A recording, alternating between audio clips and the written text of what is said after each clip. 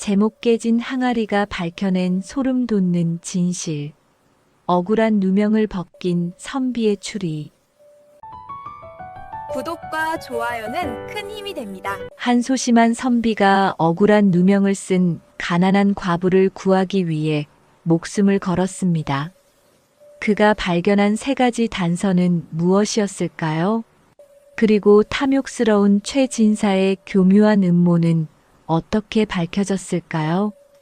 지금부터 조선 후기 한 마을에서 벌어진 놀라운 이야기를 들려드리겠습니다. 해가 서산에 기울어갈 무렵이었습니다. 산길을 홀로 걷던 이 선비는 발걸음을 멈추고 한숨을 내쉬었습니다. 청색 도포자락은 흙먼지로 얼룩져 있었고 집시는 닳고 닳아 발가락이 거의 드러날 지경이었습니다. 25의 나이, 과거에 또다시 낙방한 그는 한양을 등지고 고향으로 돌아가는 중이었습니다. 이번에도 안 되었구나. 그는 속으로 중얼거렸습니다. 시험장에서 떨리는 손으로 붓을 잡았던 순간이 떠올랐습니다. 글은 분명 잘 썼다고 생각했는데 막상 방이 붙었을 때 자신의 이름은 없었습니다. 주변 동료들이 합격의 기쁨을 나누는 모습을 보며 그는 슬그머니 자리를 떠났습니다. 부끄러웠습니다. 고향 사람들을 볼 면목이 없었습니다. 산길은 점점 어두워졌습니다. 이 선비는 불안한 마음에 주변을 둘러보았습니다. 울창한 숲 사이로 저녁 안개가 피어오르기 시작했고 어디선가 까마귀 울음소리가 들려왔습니다. 그는 걸음을 재촉했습니다. 원래 계획으로는 해가 지기 전에 다음 마을에 도착할 예정이었으나 길을 잘못 들어 이렇게 산속을 헤매게 된 것입니다. 아이고, 큰일이네. 큰일이야. 그는 작은 목소리로 혼잣말을 했습니다. 원래 소심한 성격인데다가 밤에 산길을 혼자 가야 한다는 생각만으로도 온몸이 떨렸습니다. 어릴 적 할머니께서 들려주신 산중의 귀신 이야기가 떠올랐습니다. 밤이 되면 길 잃은 나그네를 홀리는 도깨불 이야기, 산신령이 노하여 사람을 잡아간다는 이야기들이 머릿속을 맴돌았습니다. 한참을 걷다가 그는 저 멀리 희미한 불빛을 발견했습니다. 가슴이 두근거렸습니다. 사람이 사는 곳이 분명했습니다. 그는 남은 힘을 다해 불빛을 향해 걸어갔습니다. 가까이 다가가니 작은 초가집 한 채가 보였습니다. 담장은 낮고 허술했으며 대문은 삐걱거리며 반쯤 열려 있었습니다. 실례합니다. 혹시 계십니까? 이 선비는 조심스럽게 목소리를 높였습니다. 그러나 대답이 없었습니다. 그는 다시 한번 불렀습니다. 누구 안 계십니까? 길을 잃은 나그네입니다. 잠시 후 안에서 발소리가 들렸습니다. 문이 열리고 중년의 부인이 나타났습니다. 검소한 치마 저고리를 입은 그녀의 얼굴에는 세월의 고단함이 서려 있었으나 눈빛만큼은 따뜻했습니다. 어머, 선비님께서 이 밤중에 어찌 이런 산골까지 오셨습니까? 부인은 놀란 표정으로 물었습니다. 이 선비는 공손히 허리를 숙였습니다. 송구스럽습니다. 길을 잃어 방황하다가 이곳을 발견했습니다. 하룻밤만 묵어갈 수 있다면 큰 은혜로 알겠습니다. 부인은 잠시 망설이는 듯 하더니 고개를 끄덕였습니다. 이 누추한 곳이지만 어서 들어오십시오. 홀로 사는 과부라 변변한 대접은 못하지만 잠자리는 마련해 드리겠습니다. 이 선비는 안도의 한숨을 내쉬며 집 안으로 들어갔습니다. 비록 작고 초라한 집이었지만 안은 깨끗하게 정돈되어 있었습니다. 마루는 말끔히 쓸려 있었고 구석에는 옹기종기 놓인 살림살이들이 보였습니다. 부인은 부엌으로 가서 불을 지폈습니다. 저녁은 드셨습니까? 아니, 아직입니다. 하지만 폐를 끼칠 수는 없습니다. 아니 되옵니다. 손님을 굶길 수는 없지요. 부인은 부뚜막에 솥을 올리고 조를 끓이기 시작했습니다. 이선비는 방 한쪽에 앉아 그녀의 모습을 바라보았습니다. 비록 가난해 보였지만 그녀의 손놀림에는 정성이 담겨 있었습니다. 얼마 후 따끈한 조죽 한 그릇과 무김치가 그의 앞에 놓였습니다. 변변치 못하지만 드십시오. 고맙습니다. 정말 고맙습니다. 이선비는 숟가락을 들었습니다. 한 입 떠먹으니 따뜻한 온기가 온몸으로 퍼져갔습니다. 오랜만에 먹는 따뜻한 밥이었습니다. 한양에서 고향까지 며칠을 걸으며 그는 제대로 된 식사를 한 번도 하지 못했습니다. 주머니에는 돈이 거의 남아있지 않았고 대부분의 끼니는 냉수로 때웠습니다. 선비님께서는 어디로 가시는 길입니까? 부인이 조심스럽게 물었습니다. 이 선비는 잠시 숟가락을 내려놓고 대답했습니다. 고향으로 돌아가는 길입니다. 과거에 낙방하여 부끄러운 몸으로 돌아갑니다. 그러하십니까? 하지만 낙심하지 마십시오. 세상에는 과거만이 전부가 아니지 않습니까? 부인의 위로에 이선비는 쓴웃음을 지었습니다. 그는 어릴 적부터 글을 읽었습니다. 아버지는 가난한 농부였지만 아들만큼은 글을 배워 출세하기를 바랐습니다. 그래서 품팔이를 하며 모은 돈으로 서당에 보냈고 이선비는 아버지의 기대에 부응하려 밤낮으로 글을 읽었습니다. 하지만 과거는 생각보다 높은 벽이었습니다. 3번의 도전, 3번의 낙방. 이제 그는 지쳐 있었습니다. 부인께서는 혼자 사십니까? 그렇습니다. 남편이 세상을 떠난 지 벌써 3년이 되었습니다. 자식도 없어 이렇게 홀로 살아가고 있습니다. 부인의 목소리에는 슬픔이 묻어났습니다. 이선비는 더 이상 묻지 않았습니다. 누구에게나 말하기 힘든 사연이 있는 법이었습니다. 그는 조용히 식사를 마쳤습니다. 방은 저쪽에 있습니다. 비록 좁지만 편히 쉬십시오. 부인이 가리킨 곳은 작은 방 하나였습니다. 이선비는 감사의 인사를 하고 방으로 들어갔습니다.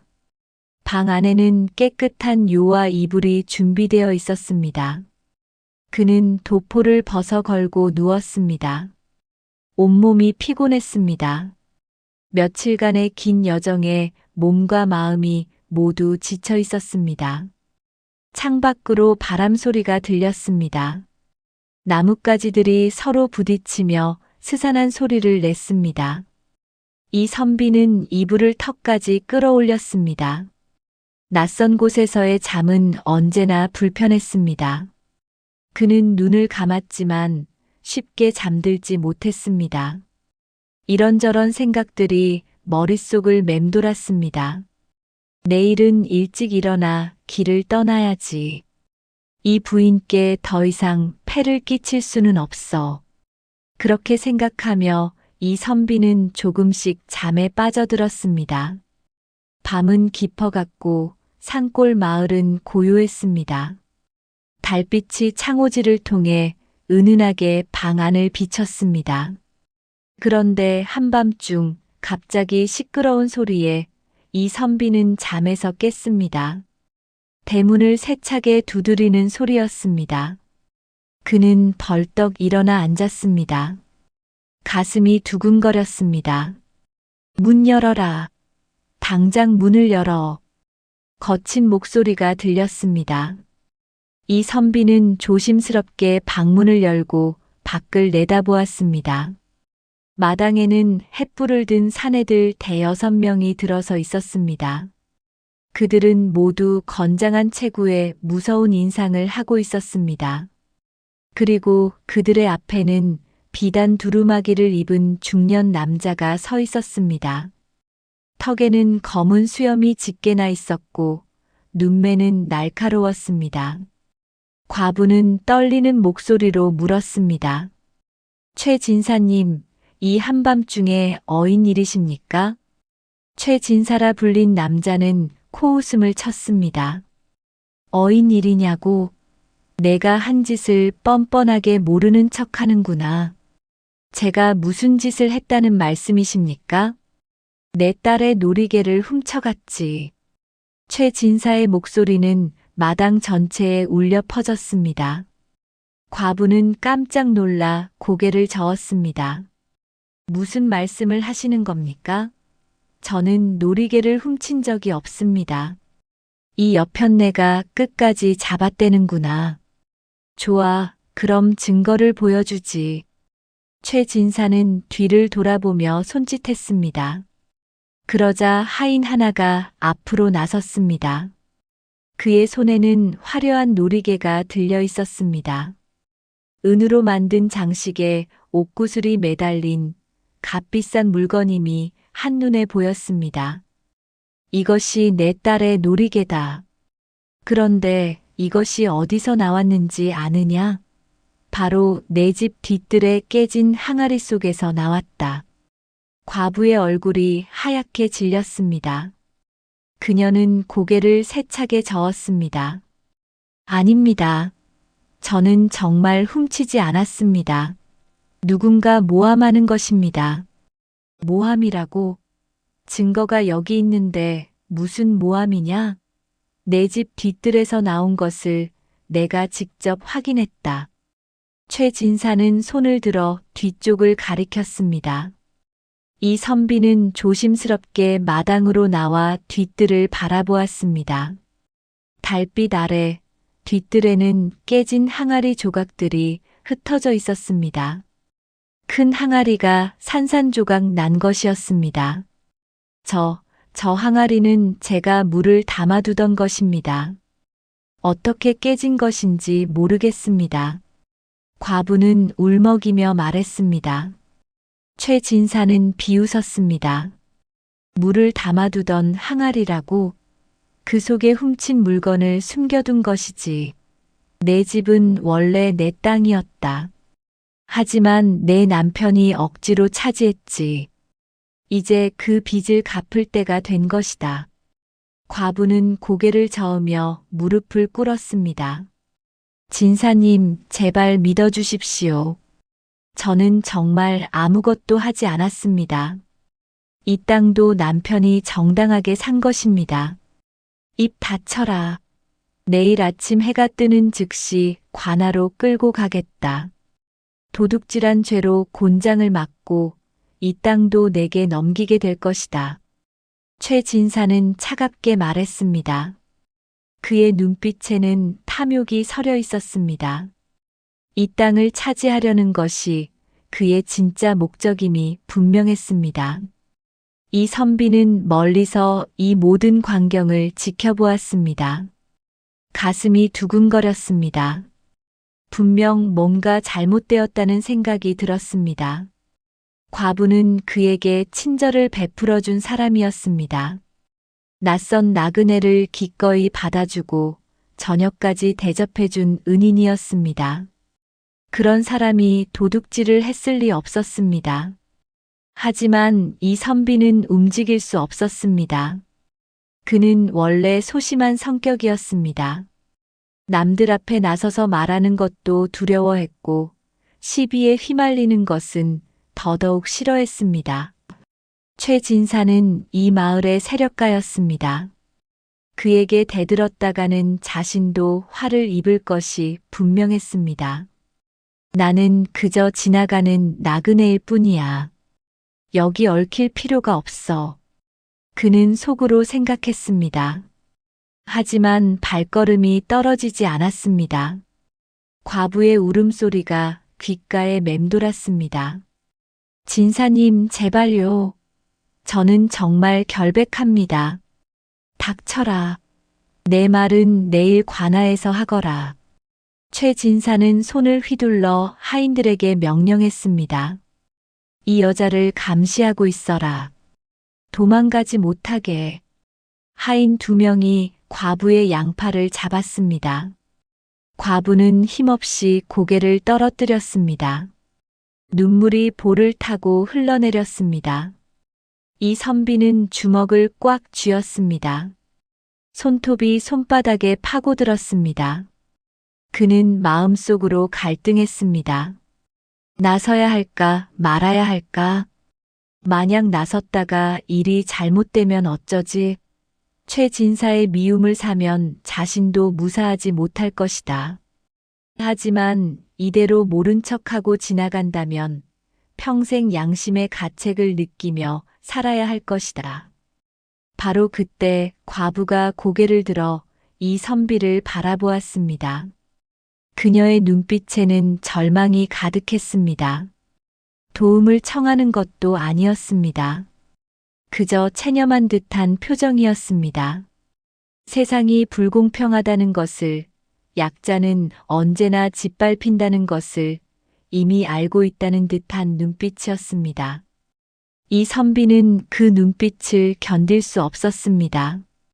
그는 떨리는 다리를 억지로 움직여 앞으로 나섰습니다. 잠깐만요. 그의 목소리는 떨렸습니다. 너무나 작은 목소리여서 처음에는 아무도 듣지 못했습니다. 그는 목을 가다듬고 다시 외쳤습니다. 잠깐만 기다려 주십시오. 이번에는 모두가 그를 돌아보았습니다. 최 진사가 눈을 가늘게 뜨고 물었습니다. 누구냐, 너는? 저는 그저 지나가던 선비입니다. 하지만 이 일에 뭔가 이상한 점이 있는 것 같습니다. 최 진사는 코웃음을 쳤습니다. 이상한 점이라고? 무엇이 이상하다는 것이냐? 이 선비는 침을 꿀꺽 삼켰습니다. 온몸이 떨렸습니다. 하지만 그는 용기를 내어 말을 이었습니다. 저 항아리 말입니다. 뭔가 이상합니다. 항아리가 이상하다고?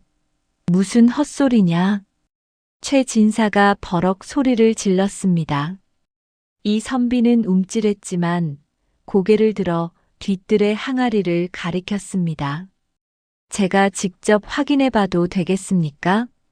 뭘 확인한다는 것이냐? 증거는 이미 나왔다. 그래도 제 눈으로 직접 보고 싶습니다.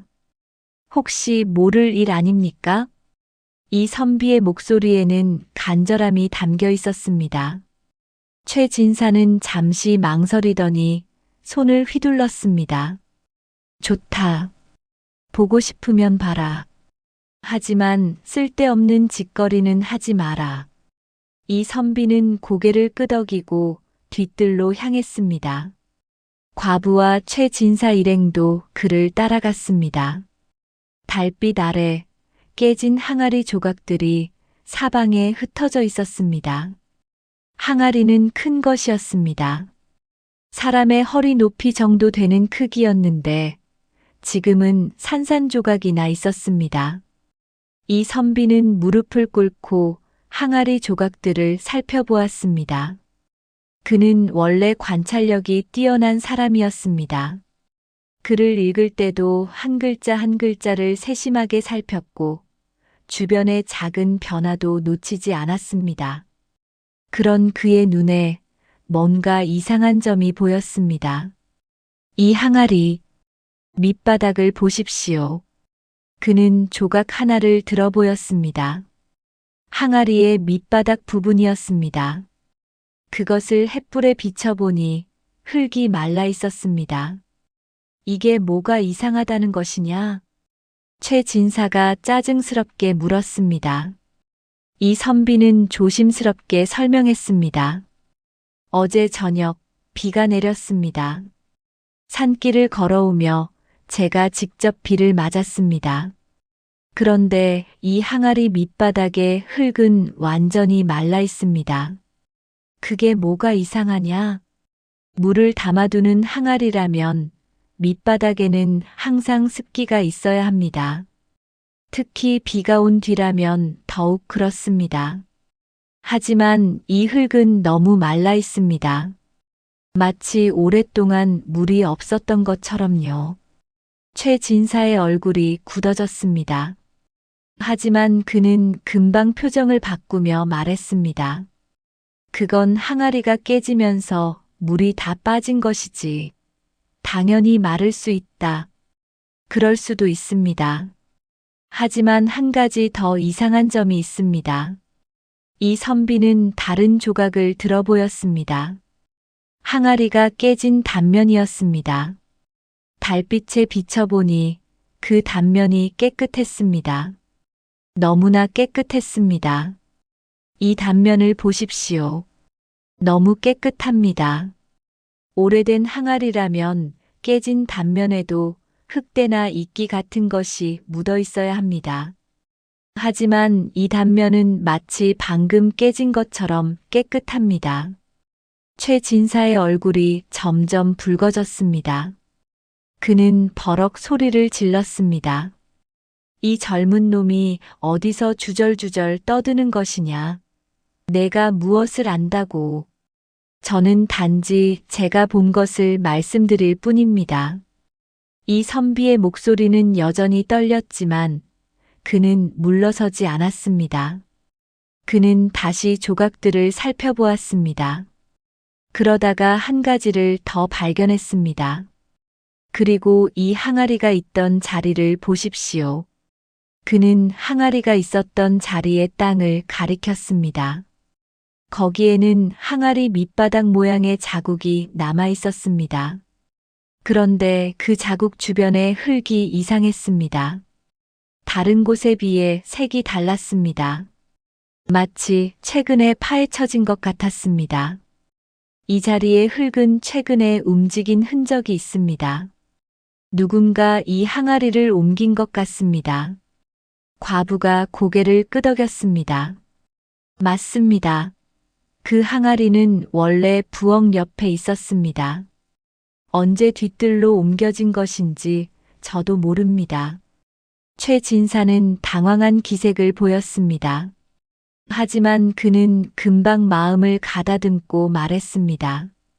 이 모든 것이 억측이다. 내가 아무리 떠들어도 놀이개가 이 여자 집에서 나온 것은 사실이다. 내일 관아에 가서 사또께 판단을 맡기겠다.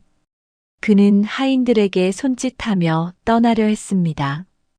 이 선비는 급히 소리쳤습니다. 잠깐만요. 한 가지만 더 확인하고 싶습니다. 이놈이 끝까지. 최 진사가 화를 내려는 순간 과부가 그의 옷자락을 잡았습니다. 진사님, 제발 선비님의 말을 들어주십시오. 저는 정말 억울합니다. 최 진사는 짜증스럽게 한숨을 내쉬었습니다. 좋다. 마지막이다. 더 이상은 없다. 이 선비는 고개를 숙여 감사를 표했습니다. 그는 다시 항아리 조각들을 살펴보았습니다. 이번에는 놀이개가 발견되었다는 항아리 안쪽 부분을 자세히 들여다보았습니다. 그리고 그는 또 하나의 이상한 점을 발견했습니다. 항아리 안쪽에는 흙이 묻어 있었습니다. 하지만 그 흙의 상태가 이상했습니다. 너무 신선했습니다. 마치 방금 묻힌 것 같았습니다. 오래된 항아리 안쪽이라면 흙이 단단하게 굳어 있어야 하는데 이 흙은 아직 부드러웠습니다. 이 선비는 고개를 들어 최 진사를 바라보았습니다. 그의 눈빛은 더 이상 흔들리지 않았습니다. 그는 확신을 가지고 말했습니다. 이 항아리는 일부러 깨뜨린 것입니다. 그리고 놀이개는 누군가 일부러 집어넣은 것입니다. 무슨 소리냐? 최 진사가 버럭 소리를 질렀습니다. 하지만 그의 목소리에는 당황한 기색이 역력했습니다. 이 선비는 침착하게 설명을 이어갔습니다. 첫째, 항아리 밑바닥에 흙이 너무 말라 있습니다. 물을 담던 항아리라면 있을 수 없는 일입니다. 둘째, 깨진 단면이 너무 깨끗합니다. 오래된 항아리가 아니라 최근에 깨진 것입니다. 셋째, 항아리 안쪽의 흙이 너무 신선합니다. 놀이개를 숨기기 위해 최근에 넣은 것입니다. 과부는 희망에 찬 눈빛으로 이 선비를 바라보았습니다. 최 진사는 얼굴이 새빨개져서 고함을 쳤습니다. 이 못난 놈이 어디서 감히 내가 무슨 증거가 있어서 그런 말을 하느냐. 증거는 여기 있습니다. 이 선비는 조용히 대답했습니다. 그는 더 이상 두렵지 않았습니다. 진실을 밝혀야 한다는 확신이 그에게 용기를 주었습니다. 최 진사는 이를 갈며 말했습니다. 좋다. 내가 그렇게 나온다면 내일 관아에서 확실히 가려보자. 사또 앞에서 내 헛소리가 얼마나 우스운지 보여주겠다. 그는 하인들에게 손짓하며 떠나려 했습니다. 하지만 발걸음은 이전보다 빨랐습니다. 뭔가 들킬까 두려워하는 듯한 모습이었습니다. 과부는 이 선비에게 고개를 숙였습니다. 선비님 정말 감사합니다. 하지만 걱정입니다. 최 진사는 이 고을에서 힘이 센 사람입니다. 선비님께서 화를 당하실까 두렵습니다. 이 선비는 쓴웃음을 지었습니다. 저도 두렵습니다. 하지만 이대로 모른 척할 수는 없었습니다. 밤은 깊어갔습니다. 최 진사 일행이 떠난 후 마당에는 다시 고요가 찾아왔습니다. 하지만 이 선비의 가슴은 여전히 두근거렸습니다. 그는 자신이 한 일이 옳은 일이라고 믿었지만 동시에 두려웠습니다. 내일 관아에 가면 어떤 일이 벌어질까? 최 진사가 사또와 내통하고 있다면? 그렇다면 자신도 무사하지 못할 것이다. 과부는 이 선비를 위해 따뜻한 차를 끓여주었습니다. 선비님, 이 차를 드시고 마음을 진정하십시오. 고맙습니다. 이 선비는 찻잔을 받아들었습니다. 차는 따뜻했고 은은한 향이 났습니다. 그는 한 모금 마시고 한숨을 내쉬었습니다. 내일 관아에 가면 제가 선비님과 함께 가겠습니다. 제 집에서 벌어진 일이니 제가 책임져야 합니다. 아닙니다. 이미 제가 나선 일입니다. 끝까지 해야죠. 이 선비의 목소리에는 결연함이 담겨 있었습니다. 그는 평생 소심하게 살아왔습니다. 남들 앞에 나서는 것을 두려워했고 시비에 휘말리는 것을 싫어했습니다. 하지만 오늘 그는 처음으로 옳은 일을 위해 나섰습니다. 그리고 이 길을 끝까지 가기로 결심했습니다. 밤이 깊어갈수록 이 선비의 마음은 더욱 굳어졌습니다. 그는 내일 관아에서 최 진사와 맞서야 했습니다. 그리고 사또 앞에서 진실을 밝혀야 했습니다. 쉽지 않은 일이었습니다. 하지만 그는 할 수 있다고 믿었습니다. 아니, 해야만 했습니다. 동이 트기 시작했습니다. 이 선비는 밤새 한숨도 자지 못했습니다. 그는 창밖을 바라보았습니다. 아침 햇살이 산 너머로 떠오르고 있었습니다. 새로운 하루가 시작되었습니다. 그리고 그에게는 중요한 하루였습니다. 과부는 이른 아침부터 일어나 간단한 아침을 준비했습니다. 이 선비는 식사를 마치고 청색 도포를 다시 입었습니다.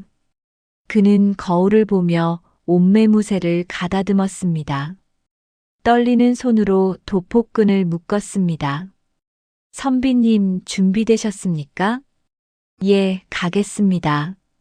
그들이 집을 나서려는 순간 최 진사와 하인들이 다시 나타났습니다. 이번에는 관아의 포졸들도 함께 있었습니다. 최 진사는 비웃으며 말했습니다. 어젯밤에 도망갈 줄 알았는데 의외로 용기가 있구나. 포졸들이 과부의 좋다. 팔을 잡았습니다. 그럼 관아로 가자. 이 선비도 함께 끌려갔습니다. 마을 사람들이 하나둘 모여들었습니다. 소문은 빠르게 퍼져 있었습니다. 최 진사댁의 놀이개가 도둑 맞았다는 이야기, 그리고 과부가 그 도둑이라는 이야기가 온 마을에 퍼져 있었습니다. 저 과부가 도둑질을 했다더라. 이를 어쩌나. 가난하다고 해도 그렇지. 어찌 도둑질을 하냐. 최 진사님이 얼마나 화가 나셨겠어. 마을 사람들의 수군거림이 들렸습니다. 과부는 고개를 떨어뜨렸습니다. 억울했지만 입을 열 수 없었습니다. 이 선비는 그녀를 바라보았습니다. 그녀의 눈에는 눈물이 고여 있었습니다. 관아는 마을에서 한참을 걸어가야 하는 곳에 있었습니다. 그들은 긴 행렬을 지어 걸어갔습니다. 최 진사는 맨 앞에서 당당하게 걸었고 과부와 이 선비는 포졸들에게 둘러싸여 뒤를 따랐습니다. 마을 사람들도 구경하려고 뒤따라왔습니다.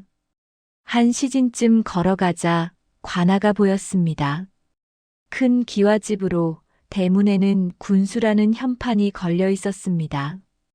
포졸들이 대문을 열고 안으로 들어갔습니다. 마당은 넓었고 가운데에는 커다란 북이 놓여 있었습니다. 억울한 일이 있는 백성이 그 북을 치면 관아에서 조사한다는 신문고였습니다. 그들은 마당을 지나 대청으로 올라갔습니다. 대청에는 사또가 앉아 있었습니다. 중년의 사또는 관복을 입고 위험 있는 표정을 짓고 있었습니다. 그의 앞에는 책상이 놓여 있었고 책상 위에는 문서들이 쌓여 있었습니다. 무슨 일로 왔느냐? 사또가 위험 있는 목소리로 물었습니다. 최 진사가 앞으로 나서며 허리를 숙였습니다. 사또 날이 소인 최 진사라 하옵니다. 억울한 일이 있어 이렇게 찾아왔사옵니다. 무슨 억울한 일이냐? 소인의 딸이 아끼던 놀이개를 도둑 맞았사옵니다. 그런데 그 놀이개가 저 과부의 집에서 발견되었사옵니다. 최 진사는 손가락으로 과부를 가리켰습니다. 사또는 과부를 바라보았습니다. 그대가 도둑질을 했다는 말이냐? 아, 아닙니다, 나리. 소녀는 절대 도둑질을 하지 않았습니다. 과부는 무릎을 꿇고 울며 외쳤습니다. 사또는 눈살을 찌푸렸습니다. 증거가 있느냐? 최 진사가 앞으로 나서며 놀이개를 내밀었습니다. 이것이 소인 딸의 놀이개이옵니다. 그리고 이것이 저 과부의 집 뒤뜰에서 나왔사옵니다. 사또는 놀이개를 받아들고 살펴보았습니다. 값비싼 물건임이 분명했습니다. 이것이 그대 딸의 것이라는 증거가 있느냐? 그렇다옵니다. 소인이 직접 사준 것이옵니다. 은장석에 옥구슬이 달린 이 놀이개는 세상에 하나뿐이옵니다. 사또는 고개를 끄덕이고 과부를 다시 바라보았습니다. 그대는 무어라 말하겠느냐? 나리, 소녀는 정말 아무것도 훔치지 않았사옵니다. 누군가 소녀를 모함하는 것이옵니다. 모함이라니 증거가 있으면서 무슨 모함이냐? 최 진사가 버럭 소리를 질렀습니다. 사또가 손을 들어 그를 제지했습니다. 조용히 하시오. 내가 신문하고 있소. 사또는 다시 과부에게 물었습니다. 그대 집에서 이 놀이개가 나왔다는데 어찌 된 일이냐? 소녀도 모르는 일이옵니다. 어젯밤 최 진사님이 와서 뒤뜰의 항아리를 조사하더니 그 안에서 놀이개가 나왔다고 하였사옵니다. 하지만 소녀는 그 놀이개를 본 적도 없사옵니다. 사또는 잠시 생각에 잠겼습니다. 그때 이 선비가 앞으로 나섰습니다. 날이 소생이 한 말씀 드려도 되겠사옵니까? 사또가 그를 바라보았습니다. 그대는 누구냐? 소생은 이 마을을 지나가던 선비이옵니다.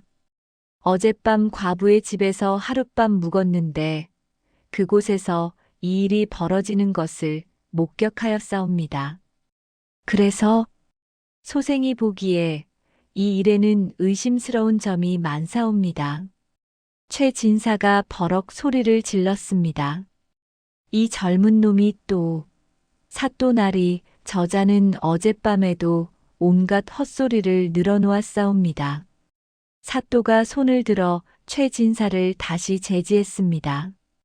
그대도 조용히 하시오. 선비 계속 말하시오. 이 선비는 고개를 숙여 감사를 표했습니다. 그리고 침착하게 말을 이어갔습니다. 첫째, 그 항아리의 밑바닥 흙이 너무 말라 있었사옵니다. 어젯밤 비가 내렸는데도 말이옵니다. 물을 담던 항아리라면 있을 수 없는 일이옵니다. 사또가 고개를 끄덕였습니다. 계속하시오. 둘째, 항아리가 깨진 단면이 너무 깨끗하였사옵니다. 오래된 항아리라면 단면에 흙대나 이끼가 묻어 있어야 하는데 그 항아리는 마치 방금 깨진 것처럼 깨끗하였사옵니다. 사또는 턱을 쓰다듬으며 생각에 잠겼습니다. 이 선비는 계속 설명했습니다. 셋째, 항아리 안쪽의 흙이 너무 신선하였사옵니다. 오래된 항아리라면 흙이 단단하게 굳어 있어야 하는데 그 흙은 아직 부드러웠사옵니다. 마치 최근에 넣은 것처럼 말이옵니다. 최 진사의 얼굴이 점점 굳어졌습니다. 그는 이 선비를 노려보았습니다. 이 모든 것이 추측에 불과하옵니다. 나리. 저 선비의 말은 아무런 증거가 없사옵니다. 사또가 최 진사를 바라보았습니다. 그대 말도 일리가 있소. 선비, 그대가 말한 것들은 추측일 뿐이요. 확실한 증거가 있소? 이 선비는 잠시 망설였습니다. 확실한 증거. 그것이 필요했습니다. 하지만 그에게는 확실한 증거가 없었습니다. 그는 단지 관찰한 것을 말했을 뿐이었습니다. 소생에게는 확실한 증거가 없사옵니다. 최 진사가 승리의 미소를 지었습니다. 그것 보십시오, 나리. 저 선비는 아무런 증거도 없이 헛소리를 하고 있는 것이옵니다. 사또는 한숨을 내쉬었습니다. 선비, 그대의 말은 이해하겠으나 증거가 없으면 소용없소. 놀이개가 과부의 집에서 나온 것은 사실이 아니오? 그렇다옵니다만. 그렇다면 과부가 훔친 것으로 보는 것이 합당하오. 과부는 절망에 빠진 표정으로 고개를 떨어뜨렸습니다. 이 선비도 막막했습니다. 그는 분명 뭔가 잘못되었다는 것을 알고 있었지만 그것을 증명할 방법이 없었습니다. 바로 그때 이 선비의 머릿속에 한 가지 생각이 떠올랐습니다. 그는 급히 말했습니다. 날이 한 가지만 더 확인하고 싶사옵니다. 무엇을? 최 진사께서 놀이개를 발견했다는 시각 말이옵니다. 최 진사가 버럭 소리를 질렀습니다. 시각이 무슨 상관이냐? 큰 상관이 있사옵니다, 나리. 이 선비는 침착하게 말했습니다. 사또가 손을 들어 최 진사를 제지하고 이 선비에게 말했습니다. 설명해 보시오. 최 진사께서는 어젯밤 한밤중에 과부의 집을 찾아가셨사옵니다. 그리고 뒤뜰의 항아리에서 놀이개를 발견하셨다고 하셨사옵니다. 그래서 한밤중에 어떻게 뒤뜰의 항아리를 찾을 수 있었사옵니까? 캄캄한 밤의 말이옵니다. 최 진사가 당황한 표정을 지었습니다. 그는 더듬거리며 대답했습니다. 그야. 횃불을 들고 갔으니까. 횃불을 들고 가셨다 해도 뒤뜰의 수많은 물건 중에서 어떻게 바로 그 항아리를 찾으셨사옵니까? 마치 미리 알고 있었던 것처럼 말이옵니다. 사또의 눈빛이 날카로워졌습니다. 그는 최 진사를 바라보았습니다. 최 진사, 그대는 어찌 그 항아리를 바로 찾을 수 있었소? 그것은 최 진사는 말을 잇지 못했습니다. 그의 얼굴에는 땀이 맺혔습니다. 이 선비는 계속 말을 이어갔습니다. 그리고 한 가지 더 있사옵니다, 나리. 최 진사께서는 놀이개가 도둑 맞은 것을 언제 아셨사옵니까? 그야. 최 진사는 대답하지 못했습니다. 이 선비가 대신 말했습니다. 만약 저녁에 놀이개가 없어진 것을 아셨다면 왜 한밤중까지 기다렸다가 과부의 집을 찾아가셨사옵니까? 보통이라면 바로 찾아가셨어야 하지 않겠사옵니까? 사또가 고개를 끄덕였습니다. 그 말이 맞소. 최 진사, 답하시오. 최 진사는 입을 다물고 있었습니다. 그의 눈빛은 흔들리고 있었습니다. 이 선비는 마지막으로 말했습니다. 소생이 생각하기에 이 모든 것은 계획된 일이옵니다. 누군가 일부러 항아리를 깨트리고 그 안에 놀이개를 넣었사옵니다. 그리고 한밤중에 찾아가 그것을 발견한 척했사옵니다. 과부를 도둑으로 몰아 그녀의 땅을 빼앗으려는 음모이옵니다. 과부가 고개를 들어 이 선비를 바라보았습니다. 그녀의 눈에는 눈물과 함께 희망이 서려 있었습니다. 사또는 잠시 침묵했습니다. 그리고 천천히 입을 열었습니다. 최 진사, 선비의 말이 사실이오? 아닙니다, 나리. 이 모든 것이 거짓말이옵니다. 그렇다면 증명해 보시오. 그대가 놀이개를 잃어버린 시각과 과부의 집을 찾아간 시각을 정확히 말해 보시오. 최 진사는 말을 잇지 못했습니다. 그는 입을 벙긋거리기만 할 뿐이었습니다. 사또의 표정이 점점 굳어졌습니다. 포졸들아. 예, 나리. 최 진사의 집에 가서 조사하라. 놀이개가 정말 없어진 것인지, 그리고 언제 없어진 것인지 확인하라. 알겠사옵니다. 포졸들이 황급히 달려나갔습니다. 최 진사는 당황한 표정으로 서 있었습니다. 그의 얼굴은 창백해졌고 손은 떨리고 있었습니다. 한 시즌쯤 지나자 포졸들이 돌아왔습니다. 그들은 최 진사 집에 하인 하나를 데리고 왔습니다. 사또가 그 하인에게 물었습니다. 놀이개가 언제 없어졌느냐? 하인은 떨리는 목소리로 대답했습니다. 소인은 놀이개가 없어진 줄 몰랐사옵니다. 최 진사님께서 어젯밤 갑자기 놀이개를 가지고 나가셨사옵니다.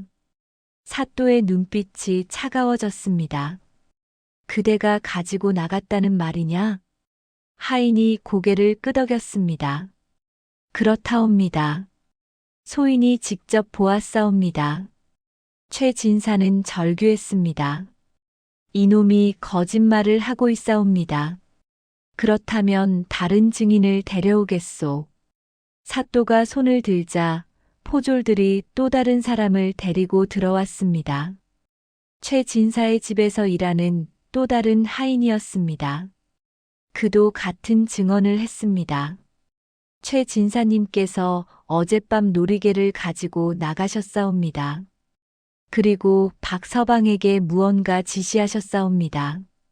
박서방이 누구냐? 최 진사님 집에서 일하는 머슴이옵니다. 사또가 포졸들에게 명령했습니다. 박서방을 데려오라. 잠시 후 박서방이라는 사내가 끌려왔습니다. 그는 땅딸막한 체구에 험상궂은 인상을 하고 있었습니다. 사또가 그에게 물었습니다. 그대가 박서방이냐? 그렇다옵니다. 어젯밤 최 진사와 무엇을 했느냐? 박서방은 최 진사를 힐끔 쳐다보았습니다. 최 진사는 눈을 부라리며 그를 노려보았습니다. 하지만 사또의 위압에 박서방은 결국 입을 열었습니다. 소인이 최 진사님의 명령으로 과부의 집 뒤뜰에 항아리를 깨트리고 놀이개를 숨겼사옵니다.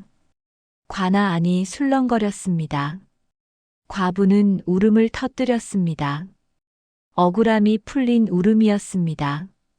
이 선비는 안도의 한숨을 내쉬었습니다.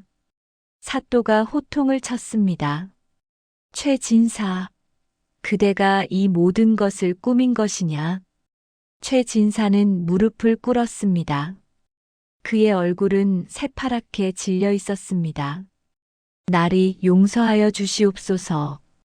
용서라니, 그대는 죄 없는 사람을 도둑으로 몰아 그 땅을 빼앗으려 했소. 이는 중대한 죄이요. 사또는 탁자를 내리쳤습니다. 그리고 포졸들에게 명령했습니다. 최 진사를 잡아 가두어라. 그리고 그의 재산을 조사하라.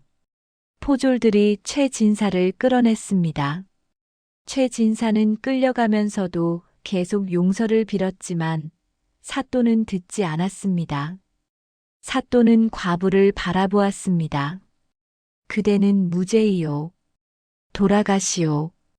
과부는 눈물을 닦으며 고개를 숙였습니다. 고맙사옵니다, 나리. 정말 고맙사옵니다. 그리고 사또는 이 선비를 바라보았습니다. 선비, 그대의 지혜 덕분에 억울한 일이 밝혀졌소. 참으로 기특하오. 이 선비는 허리를 깊이 숙였습니다. 소생은 다만 옳은 일을 했을 뿐이옵니다.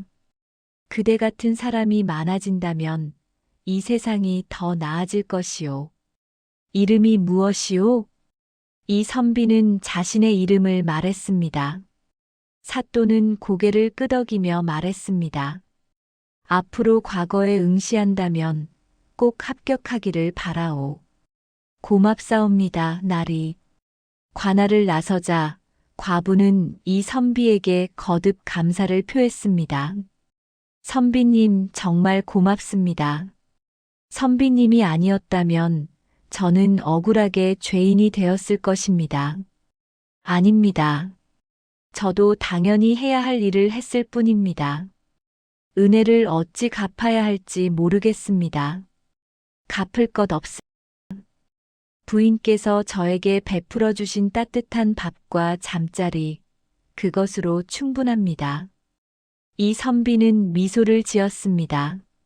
그리고 그는 다시 길을 떠날 준비를 했습니다. 이제 고향으로 가셔야 하지 않습니까? 그렇습니다.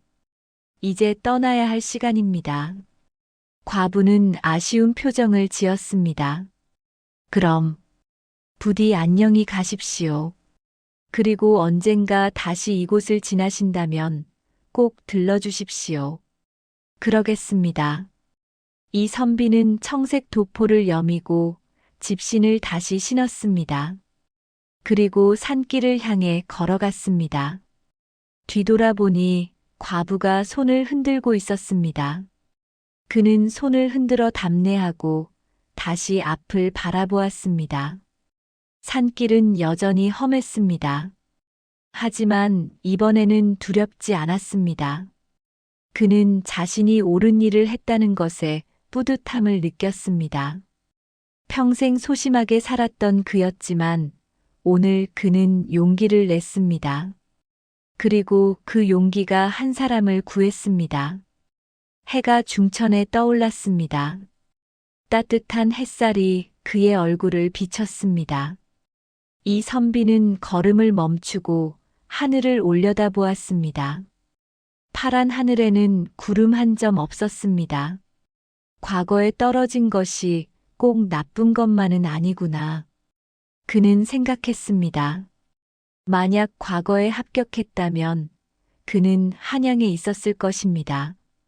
그리고 이 산골 마을을 지나갈 일도 없었을 것입니다. 과부를 만날 일도 그녀를 도울 기회도 없었을 것입니다. 세상에는 과거만이 전부가 아니었습니다.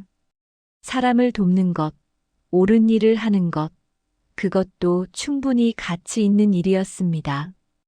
이 선비는 다시 걸음을 옮겼습니다. 고향으로 가는 길은 아직 멀었습니다. 하지만 그는 더 이상 무거운 마음이 아니었습니다. 오히려 가벼운 마음으로 길을 걸었습니다. 마을 사람들은 이날의 일을 오랫동안 기억했습니다. 지나가던 선비 하나가 용기를 내어 진실을 밝혔다는 이야기를, 그리고 탐욕스러운 진사가 벌을 받았다는 이야기를 말입니다. 이 이야기는 입에서 입으로 전해졌고 후세까지 전해 내려왔습니다. 그리고 이 선비는 몇 년 후 다시 과거에 응시했습니다. 이번에는 합격했습니다. 그는 관직에 올라 백성들을 위해 일했습니다. 그가 관아에서 일할 때 그는 항상 공정하고 지혜롭게 판단했습니다. 그리고 억울한 일을 당하는 백성이 없도록 애썼습니다. 사람들은 그를 지혜로운 선비라고 불렀습니다. 하지만 그는 자신이 특별히 지혜롭다고 생각하지 않았습니다. 다만 사물을 있는 그대로 보려 노력했을 뿐이라고, 그리고 옳은 일을 하려 노력했을 뿐이라고 말했습니다. 그리고 그는 평생 한 가지를 잊지 않았습니다. 그 산골 마을의 가난한 과부가 베풀어준 따뜻한 밥 한 끼와 그로 인해 자신이 용기를 낼 수 있었다는 것을 말입니다. 세상에서 가장 큰 지혜는 결국 작은 친절에서 시작되는 것이었습니다. 이 선비가 관아를 떠나 고향으로 향하던 그날, 마을에는 큰 변화가 일어났습니다. 최 진사가 꾸민 음모가 밝혀지면서 그가 그동안 저질렀던 다른 악행들도 하나둘 드러나기 시작했습니다. 억지로 빼앗은 땅들, 거짓 증언으로 몰아넣은 사람들, 그리고 탐욕으로 망친 수많은 가정들의 이야기가 쏟아져 나왔습니다. 사또는 즉시 조사에 착수했습니다. 최 진사의 집을 수색하고 그의 장부를 조사했습니다. 장부에는 온갖 부정한 거래들이 기록되어 있었습니다. 관아의 아전과 결탁하여 세금을 빼돌린 흔적, 가난한 백성들의 땅을 헐값에 빼앗은 기록, 그리고 돈을 빌려주고 턱없이 높은 이자를 받아낸 내역들이 빼곡히 적혀 있었습니다. 사또는 분노했습니다. 그는 즉시 최 진사에게 무거운 형벌을 내렸습니다. 곤장 50대와 함께 부정하게 얻은 모든 재산을 몰수하고 그것을 원래 주인들에게 돌려주도록 명령했습니다. 또한 최 진사는 3년간 유배형에 처해졌습니다. 과부는 자신의 집과 땅을 지킬 수 있게 되었습니다. 그리고 마을 사람들은 그녀에게 사과했습니다. 처음에 최 진사의 말만 믿고 그녀를 도둑으로 몰았던 것을 부끄러워했습니다. 과부는 그들을 용서했습니다. 그녀는 원래 너그러운 성품의 사람이었습니다. 한편 이 선비는 산길을 따라 계속 걸어갔습니다. 며칠을 걸어 드디어 고향 마을이 보이기 시작했습니다. 익숙한 산봉우리들, 구불구불한 시냇물, 그리고 논밭이 펼쳐진 평야가 눈에 들어왔습니다. 가슴이 뭉클했습니다. 비록 낙방의 몸으로 돌아오는 것이지만 그래도 고향은 반가웠습니다. 마을 입구에 다다르자 마을 사람들이 하나둘 나와서 그를 맞이했습니다. 모두들 그가 과거에 떨어진 것을 알고 있었지만 아무도 그를 나무라지 않았습니다. 오히려 따뜻하게 맞아주었습니다. 이 선비, 오랜만이구나. 고생이 많았겠네. 그래, 한양까지 가는 길이 얼마나 멀던가. 고생했네. 마을 사람들의 위로에 이 선비는 고개를 숙였습니다. 부끄러웠지만 동시에 감사했습니다. 그는 자신의 집으로 향했습니다. 작은 초가집이었습니다. 담장은 낮고 마당은 좁았지만 그에게는 세상에서 가장 소중한 곳이었습니다. 대문을 열고 들어서자 어머니가 마루에서 바느질을 하고 계셨습니다. 아버지의 옷을 깁고 계신 것이었습니다. 어머니는 그를 보자 바느질을 내려놓고 일어섰습니다. 아가 왔구나. 네, 어머니. 이 선비는 어머니 앞에 무릎을 꿇고 절을 올렸습니다. 어머니는 그의 머리를 쓰다듬으며 말했습니다. 고생했다. 많이 힘들었지? 죄송합니다, 어머니. 또 낙방했습니다. 괜찮다. 내가 무사히 돌아온 것만으로도 다행이다. 어머니의 목소리는 따뜻했습니다. 이 선비는 눈물이 날 것 같았습니다. 그는 고개를 숙이고 눈물을 참았습니다. 그날 저녁 온 가족이 모여 식사를 했습니다. 아버지는 밭일을 마치고 돌아오셨고 동생들도 학당에서 돌아왔습니다. 비록 가난한 집이었지만 식탁에는 따뜻한 밥과 된장찌개, 그리고 김치가 놓여 있었습니다. 형님, 과거는 어땠어요? 어린 동생이 물었습니다. 이 선비는 쓴웃음을 지으며 대답했습니다. 어려웠단다. 하지만 다음에는 더 열심히 준비해 볼게. 아버지는 조용히 밥을 드시다가 말씀하셨습니다. 과거가 전부는 아니다. 중요한 것은 사람답게 사는 것이지. 네, 아버지. 이 선비는 고개를 끄덕였습니다. 아버지의 말씀이 가슴에 와닿았습니다. 그는 산골 마을에서의 일을 떠올렸습니다. 과부를 도왔던 일, 진실을 밝혔던 일, 그리고 용기를 냈던 순간들을 말입니다. 식사를 마치고 이 선비는 마당에 나와 앉았습니다. 하늘에는 별이 총총히 박혀 있었습니다. 달은 둥글게 떠 있었고 밤바람은 시원했습니다. 그는 깊은 생각에 잠겼습니다. 나는 지금까지 과거에 합격하는 것만이 성공이라고 생각했다. 하지만 정말 그것만이 전부일까? 그는 자문했습니다. 산골 마을에서 그가 한 일은 어떤 시험보다도 값진 것이었습니다. 한 사람의 인생을 구했고 정의를 실현했습니다. 그것이야말로 진정한 선비의 역할이 아니었을까요? 며칠 후 마을에 소문이 퍼졌습니다. 이웃 고을에서 일어난 일에 대한 소문이었습니다. 어떤 선비가 지혜로운 판단으로 억울한 사람을 구했다는 이야기였습니다. 깨진 항아리의 비밀을 밝혀냈다는 이야기, 탐욕스러운 진사를 물리쳤다는 이야기가 사람들의 입에서 입으로 전해졌습니다. 마을 사람들은 그 이야기에 감탄했습니다. 참으로 훌륭한 선비로구나. 지혜도 있고 용기도 있고. 그래, 그런 사람이 관직에 나가야 백성들이 편하게 살 수 있는 법이지. 이 선비는 그 이야기를 들으며 조용히 미소를 지었습니다. 자신의 이야기라는 것을 밝히지 않았습니다. 그럴 필요가 없다고 생각했습니다. 중요한 것은 옳은 일을 했다는 사실이지, 그것으로 칭찬을 받는 것이 아니었습니다. 그는 다시 책을 펼쳤습니다. 과거를 준비해야 했습니다. 하지만 이번에는 마음가짐이 달랐습니다. 과거에 합격하는 것만을 목표로 하는 것이 아니라 진정한 선비가 되는 것을 목표로 삼았습니다.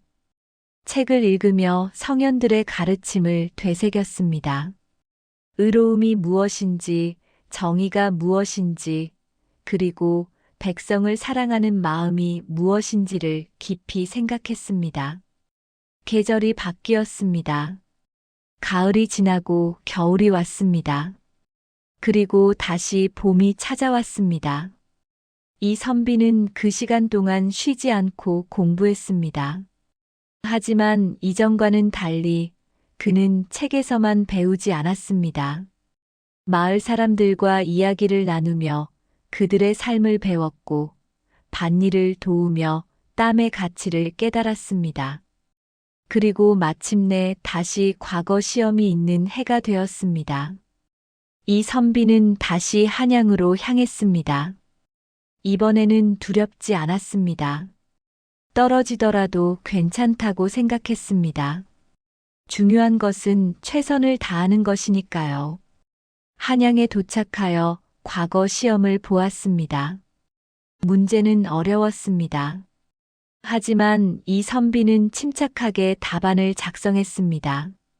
그는 성현들의 가르침을 인용하면서도 자신이 직접 경험한 일들을 담아냈습니다.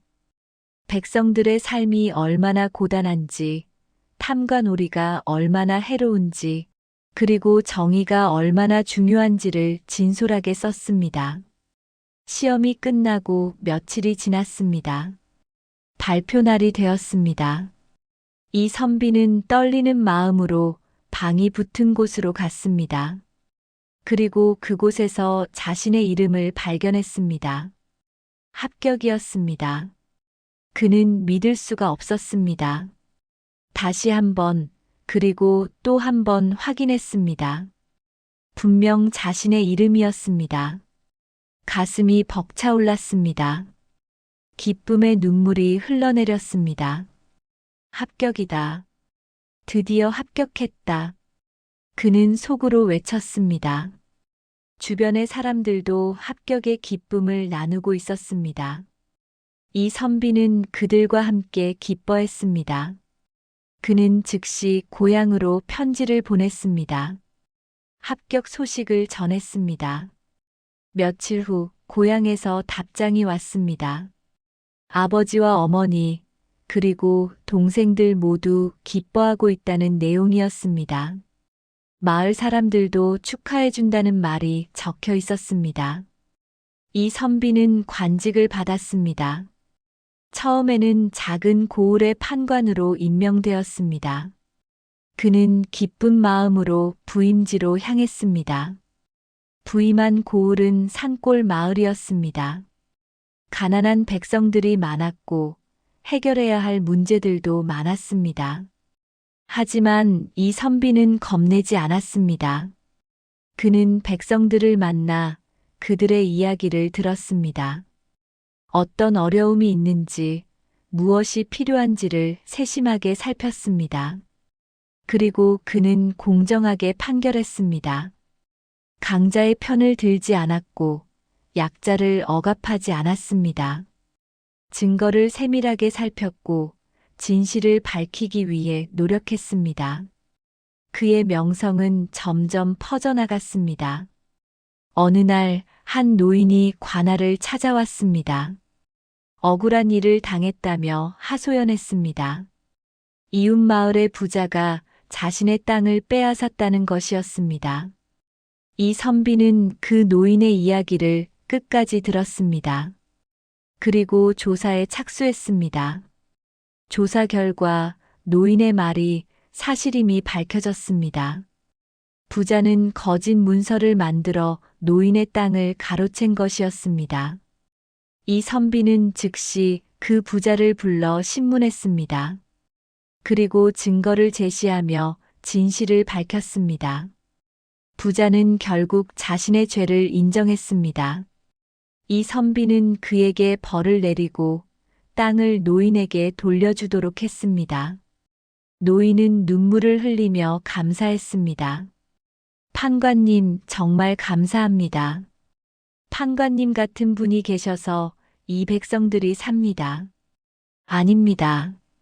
제가 당연히 해야 할 일을 했을 뿐입니다. 이 선비는 겸손하게 대답했습니다. 그는 산골 마을에서 과부를 도왔던 일을 떠올렸습니다. 그때의 경험이 지금의 자신을 만들었습니다. 세월이 흘렀습니다. 이 선비는 점점 높은 관직으로 올라갔습니다. 하지만 그는 변하지 않았습니다. 여전히 겸손했고 여전히 백성들을 사랑했습니다. 그리고 언제나 공정하게 판결했습니다. 어느 날 그는 문득 산골 마을의 과부를 떠올렸습니다. 그녀는 잘 지내고 있을까? 땅은 잘 지키고 있을까? 그는 궁금했습니다. 그래서 그는 휴가를 내어 그 산골 마을을 찾아갔습니다. 마을은 여전했습니다. 작은 초가집들이 모여 있었고 산과 시냇물이 아름다웠습니다. 과부의 집을 찾아갔습니다. 집은 전보다 조금 더 깨끗해져 있었습니다. 담장도 새로 쌓았고 마당도 잘 가꿔져 있었습니다. 그는 대문을 두드렸습니다. 누구십니까? 과부의 목소리가 들렸습니다. 여전히 따뜻한 목소리였습니다. 문이 열리고 과부가 나타났습니다. 그녀는 이 선비를 보자 깜짝 놀랐습니다. 어머, 선비님. 정말 선비님이십니까? 오랜만입니다. 이 선비는 미소를 지으며 인사했습니다. 과부는 기쁜 표정으로 그를 집 안으로 맞이했습니다. 들어오십시오. 어서 들어오십시오. 그들은 마루에 앉아 차를 마시며 이야기를 나눴습니다. 과부는 그동안의 일을 들려주었습니다. 최 진사가 유배를 갔고 그 후로 마을이 평화로워졌다는 것, 그리고 자신은 여전히 이 땅에서 열심히 살아가고 있다는 것을 말했습니다. 이 선비는 자신의 이야기도 들려주었습니다. 과거에 합격했고 지금은 판관으로 일하고 있다는 것을 말했습니다. 과부는 진심으로 기뻐했습니다. 정말 축하드립니다. 선비님 같은 분이 관직에 계셔야 백성들이 편하게 살 수 있습니다. 모두 부인 덕분입니다. 부인께서 그날 저를 받아주시고 따뜻하게 대해주신 덕분에 제가 용기를 낼 수 있었습니다. 무슨 말씀을요? 제가 선비님께 감사해야지요. 그들은 오랜 시간 이야기를 나눴습니다. 해가 저물어갈 무렵 이 선비는 자리에서 일어났습니다. 이제 가봐야겠습니다. 벌써 가시려고요? 하룻밤 묵고 가시지요. 아닙니다. 오래 머물 수 없습니다. 관아로 돌아가야 합니다. 과부는 아쉬운 표정을 지었습니다. 하지만 그를 붙잡지 않았습니다. 다만 그의 안녕을 빌어주었습니다. 부디 건강하십시오. 그리고 앞으로도 지금처럼 훌륭한 판관으로 계십시오. 그러겠습니다. 부인도 건강하십시오. 이 선비는 과부에게 작별 인사를 하고 마을을 떠났습니다. 뒤돌아보니 과부가 대문 앞에 서서 손을 흔들고 있었습니다. 그는 손을 흔들어 담례했습니다. 산길을 걸으며 그는 다시 한번 생각했습니다. 그날 밤 만약 자신이 용기를 내지 않았다면 어땠을까? 과부는 억울하게 죄인이 되었을 것이고 최 진사는 계속해서 악행을 저질렀을 것입니다. 하지만 자신이 나섰고 진실이 밝혀졌습니다. 작은 용기가 큰 변화를 만들었습니다. 그리고 그 경험이 자신을 성장시켰습니다. 이제 그는 더 이상 소심한 선비가 아니었습니다.